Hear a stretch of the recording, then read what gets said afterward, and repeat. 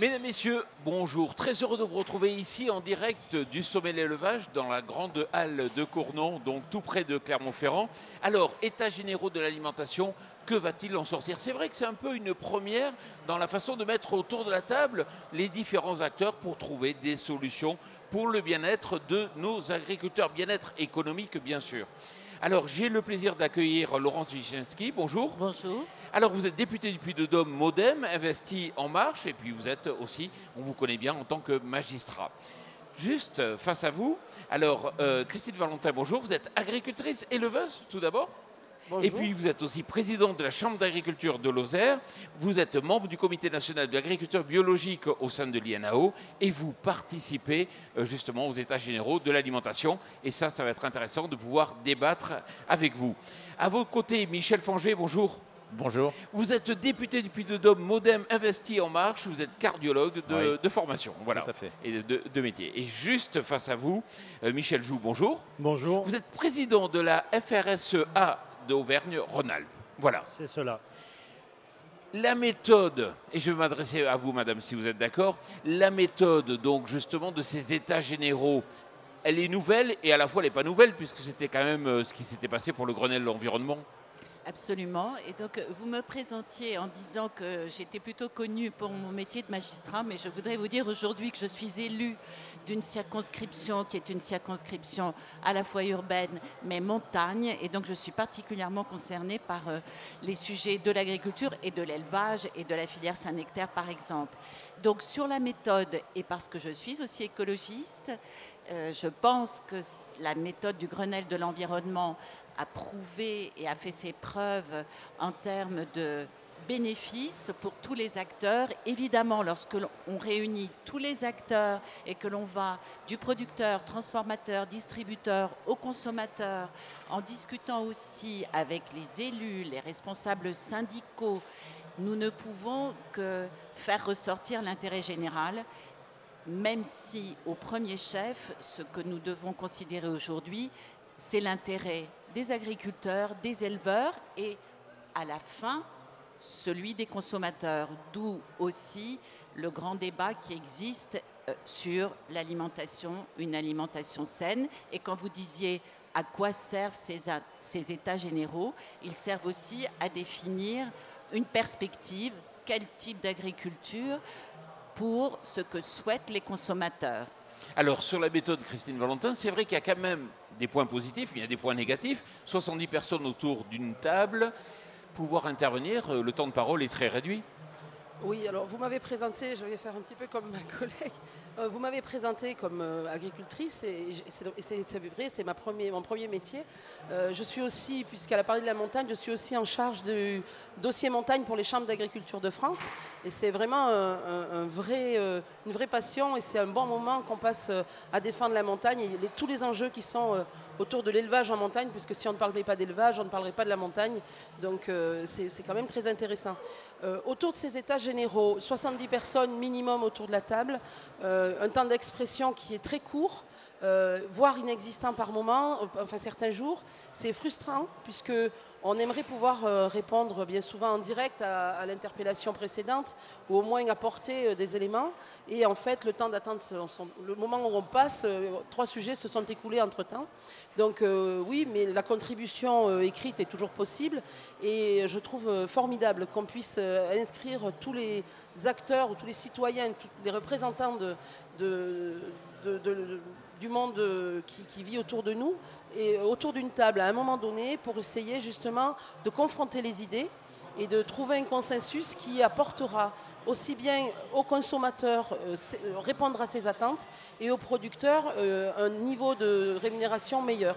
C'est l'objectif en tout cas qu'on recherche et mettre tous autour de la table comme on l'avait fait pour le Grenelle est un vrai... une vraie solution, si on peut le dire comme ça. En tout cas, on tendra vers une solution au bout. Ça risque d'être plus long qu'on le pensait, mais il faut y arriver. Alors, j'aimerais avoir l'avis du syndicaliste. Michel Joux, ce gouvernement, il est vraiment trop fort. Il a inventé la machine à faire attendre. C'est-à-dire qu'aujourd'hui, quand vous avez des revendications, on vous dit, ben non, attendez, vous avez qu'à le taper sur le site internet des États généraux de l'alimentation et on vous donnera la réponse plus tard. C'est pas la machine à attendre, ça? Je ne sais pas et on n'y croit pas. À un moment donné, il est vrai qu'on a une agriculture en France qui est exceptionnelle. Il faut le dire et c'est pour ça que je le dis aujourd'hui. Et c'est vrai que je remercie d'ailleurs nos hommes politiques, nos députés qui se penchent sur la question. Et entre autres, je remercie aussi le président de la République d'avoir mis le débat sur la table. Il est vrai que dans les anciennes majorités, il n'y avait jamais eu vraiment le débat sur la table. Il est posé là-dessus. Est-ce que ça va donner des solutions? Nous l'espérons très très fortement.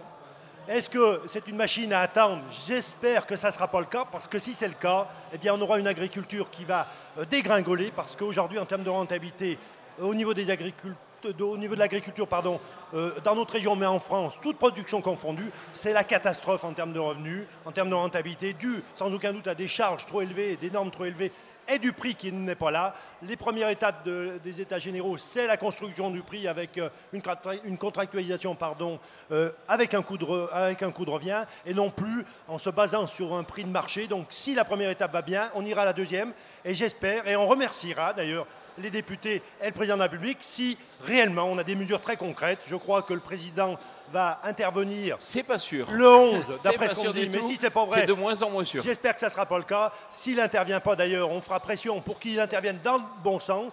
Et bien entendu, nos amis députés doivent aussi pousser pour qu'il intervienne avec des mesures très concrètes sur la construction du prix. Michel Fangé, ce qui vous intéresse surtout, vous, c'est le problème du CETA. Est-ce que les États généraux ont un rapport avec l'impact que peut avoir le CETA? Bien sûr, et je suis député d'une circonscription urbaine, mais également très rurale, comme celle d'ailleurs de ma collègue Laurence. Ce que je dois dire, c'est que j'ai reçu récemment des représentants de la FNSEA qui s'inquiètent de ça. Et on doit en être porteur au niveau, bien sûr, de l'Assemblée nationale. On est impacté au niveau de notre commission des affaires étrangères, puisqu'on doit donc passer tous les éléments de ces accords. Et ce qu'on préconise, c'est les études d'impact, voir exactement comment les choses vont se passer pour pouvoir éventuellement corriger ou orienter. Donc, de ce point de vue-là, ils sont très importants. Alors, on parle tout de suite des États généraux. Je pense que c'est la première fois, effectivement, qu'on réunit autour d'une table tous ceux qui participent à toutes ces filières. Est important, je crois que c'est la première fois, mais il faut que ça débouche sur des choses très concrètes. Et lorsque j'ai dans mon bureau des éleveurs, eh bien, ils me parlent de quoi? Ils me parlent du revenu des agriculteurs, en me disant que sur 100 € de produits vendus, eh bien, 6,2 € reviennent à l'agriculteur. Ils me parlent des partenaires bancaires aussi beaucoup, en disant que maintenant, eh bien, c'était extrêmement difficile d'avoir des prêts. Ils me parlent du problème de l'irrigation, du stockage de l'eau. Et leur souhait, c'est d'être associés, comme ils le seront au niveau de ces États généraux, à une réflexion qui débouche sur des choses positives, bien sûr, pour l'intérêt général, bien sûr. Alors, si vous me le permettez, je crois que c'est la première étape. Et une manifestation comme celle-là, avec des États généraux de l'alimentation, ça veut dire qu'on sensibilise aussi tous nos concitoyens sur l'ensemble du territoire national au sujet de l'agriculture. Et par exemple, je ne suis pas certaine qu'aujourd'hui, nos concitoyens sachent que nous ne sommes pas autosuffisants, alors que la France est traditionnellement connue pour être un pays producteur de qualité et agricole, avec des paysages agricoles. Et nous devons faire remonter ces réalités de terrain et qui sont des enjeux nationaux, européens et mondiaux.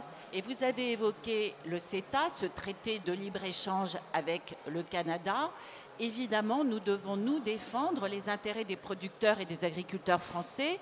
Vous savez qu'il y a peu d'AOC qui soient reconnus dans le cadre de ce traité, alors que nous sommes le pays des AOC et des produits de qualité, et c'est ce que nous devons porter en tant qu'élus. Et faites-nous confiance, on le fera et nous ferons entendre notre voix à ce sujet. On ne peut pas être auvergnat et ne pas porter, je dirais, tous ces produits de qualité avec un revenu assuré à nos agriculteurs. Ce sont les équilibres territoriaux aussi qui sont en jeu dans ce débat. Et c'est... Allez-y. Et nous sommes une terre, simplement pour dire que nous sommes une terre d'AOC en Auvergne. Il faut absolument... Et pour le CETA, ça représente pour ces AOC quelque chose de débouchés intéressants. Il faut le dire aussi. Et on doit s'interroger, je m'excuse de ne pas monopoliser, sur le fait que l'agriculture française était la première en Europe il n'y a pas si longtemps et que les Allemands nous ont passé devant. Il y a bien des raisons. D'où l'intérêt de réunir tous les acteurs pour se poser les vraies questions. Christine Valentin.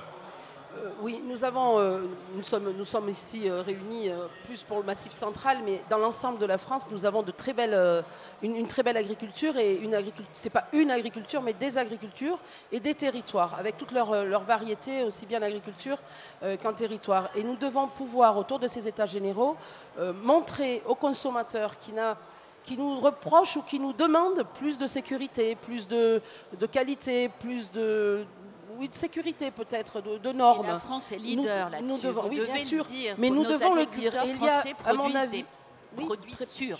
Voilà. Et qu'on soit dans des SICO, des signes officiels de qualité, ou qu'on soit sur un produit standard, il faut aussi qu'on fasse reconnaître que notre agriculture a énormément évolué au fil du temps, que nous sommes aujourd'hui dans la qualité, même si nous sommes dans un produit standard, nous pouvons assurer la santé alimentaire, la sécurité alimentaire à nos concitoyens.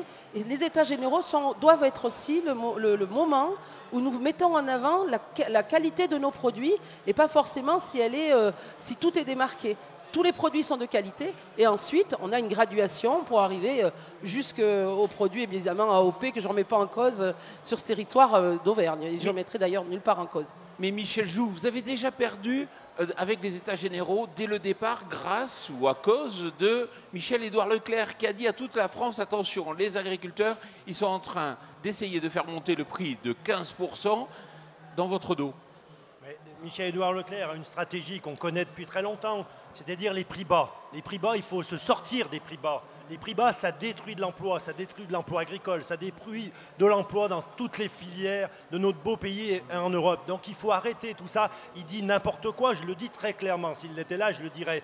C'est n'importe quoi, ça ne va pas faire monter les prix de 5 à 15% comme il le dit. Par contre, au niveau du consommateur, maintenant, il faut bien qu'on discute avec les producteurs, les industriels, la grande distribution et bien entendu avec les consommateurs pour qu'on puisse avoir un équilibre qui puisse se faire. Si le consommateur pour avoir des bons produits identifiés, tracés, sûrs, comme on a aujourd'hui, mais on peut encore s'améliorer, s'il faut qu'il paye 1 ou 2 ou 3% de plus, eh bien, je suis à peu près persuadé, parce que je suis aussi consommateur, qu'ils le feront. Mais à un moment donné, il ne faut pas avoir des perturbateurs comme Michel-Édouard Leclerc, que je connais un peu parce que je l'ai rencontré, qui au final base uniquement sa stratégie sur le prix bas. Le prix bas, on l'a bien vu avec l'émeute 2008, c'est n'importe quoi et ça profite absolument à aucun et encore moins aux consommateurs. Donc il faut arrêter tout ça, il faut changer la loi. Et Madame la députée, Monsieur le député, il faut nous donner un coup de main dans ce sens-là, changer la loi française pour qu'on ait des relations commerciales plus équilibrées avec tous les maillons de la chaîne, y compris avec le consommateur. Madame Valentin. Une des propositions que nous faisons au niveau des chambres d'agriculture, c'est revoir le principe de la promotion des produits. Nous avions avant, il y a un certain temps, des prix qui, pendant les promotions, des produits qui avaient un prix à la baisse, ce qui permettait aussi à des consommateurs d'avoir accès à ces produits-là. Aujourd'hui, nous avons peu de produits qui sont baissés pendant les promotions, leur prix est baissé, mais nous avons plutôt un volume qui est le 2 pour le prix d'un, 3 pour le prix d'un, nous le vivons régulièrement sur le lait. Alors ce que nous demandons au niveau des chambres d'agriculture, c'est que dans le seuil de vente à perte, dans le calcul du seuil de vente à perte, soit pris en considération le prix de la distribution, soit retenu, entre autres dans les critères, le prix de la distribution, puisqu'aujourd'hui il n'y est pas. Et ensuite, que nous ayons cette promotion des 2+1 là, qui soit remise en cause complètement. C'est ce que nous attendons en tout cas des États généraux. Nous avons interrogé Serge Papin dernièrement à la session de la PCA. Il est tout à fait favorable, en tout cas, à ouvrir la discussion et aller dans notre sens. Je voulais rebondir. Deux secondes. Je voulais rebondir sur ce que vous disiez. Je crois que le grand public maintenant c'est plus low cost qui les sensibilise. C'est la biodiversité, c'est la santé. Et moi qui suis cardiologue, je sais ce que ça représente. Donc je crois que c'est une façon de valoriser nos produits, mais aussi de parler de la santé. Et je crois que quand on présente, vous parliez d'Édouard Leclerc qui tirait les prix vers le bas, les consommateurs sauront que pour leur santé, eh bien, il faut des prix qui soient la réalité des choses. Hein. Et je crois que ça, c'est un argument important pour faire évoluer les choses. Et j'ajouterais qu'au-delà de la loi, parce que vous avez raison, on va réfléchir à ce sujet du seuil et des promotions. D'ailleurs, toutes les organisations syndicales sont à peu près d'accord sur ce sujet à réexaminer au plan législatif. Mais je veux faire état d'une évolution culturelle dans la consommation de nos concitoyens, dans la nôtre de tous les jours. Et je crois pouvoir affirmer qu'ils sont prêts à payer un petit peu plus et que nous payons un peu plus pour des produits de qualité. Et nous regardons tous d'où ils viennent maintenant quand nous allons faire notre supermarché, peut-être même chez Leclerc. Oui, mais au final, il n'y aura pas de loi, puisque l'idée, c'est de ne pas faire de loi au terme de ces états généraux. Donc vous aurez discuté pendant un trimestre, mais au final, qu'est-ce qui va changer? La grande distribution ne va pas changer toute seule. Elle n'a jamais changé. Si on ne fait pas de loi ou si on ne modifie pas plus exactement la loi à l'issue des EGA, on va encore perdre du temps. Et nous n'avons plus de temps. Nous avons des producteurs qui sont pratiquement à l'agonie pour une grosse partie d'entre eux. Et il faut qu'on puisse arriver à avoir des règles du jeu. Et les règles du jeu, c'est la loi en France et en Europe. Et il faut qu'on puisse avoir un équilibre là-dessus pour qu'on puisse avoir encore une agriculture qui soit digne de ce nom, avec bien entendu les critères que vous venez d'évoquer, monsieur le député, sanitaires, en termes y compris par rapport au processus de fabrication, c'est-à-dire avec le bio et le conventionnel. Il ne faut pas opposer les deux. Je pense qu'il y en a pour tout le monde. Et on a fait beaucoup d'efforts dans ce sens-là. Il faut aussi le dire, messieurs et madame la députée, pour qu'à un moment donné, on ne puisse pas toujours aussi entendre avec les médias, merci de nous avoir invités d'ailleurs, qu'au final, on a une agriculture qui est polluante et qui, au final, n'est pas sûre. Ce n'est pas du tout le cas aujourd'hui. On a une agriculture française et européenne exceptionnellement bonne, il faut le dire et le remarteler pour que les consommateurs puissent le savoir.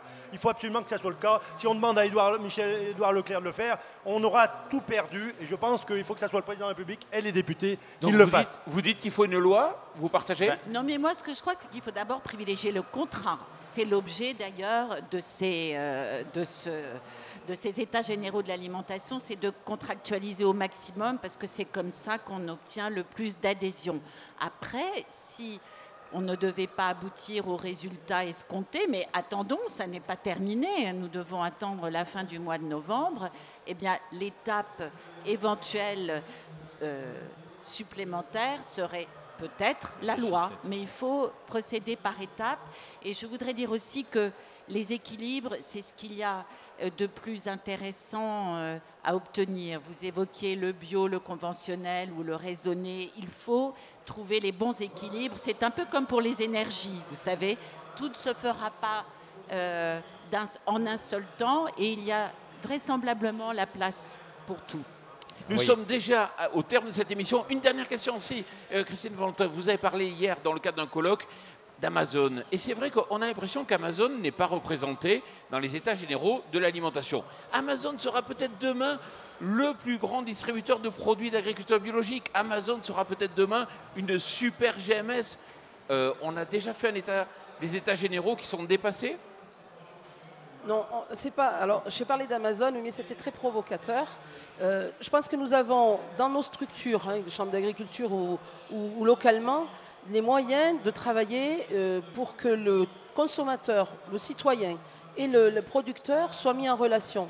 Nous avons bien sûr des sites qui permettent aux producteurs d'envoyer directement au consommateur sa production, mais nous avons aussi tous les moyens de communication autour de ce que nous faisons dans nos fermes, ce que nous avons amélioré, comment nous travaillons, comment la traçabilité des produits est possible.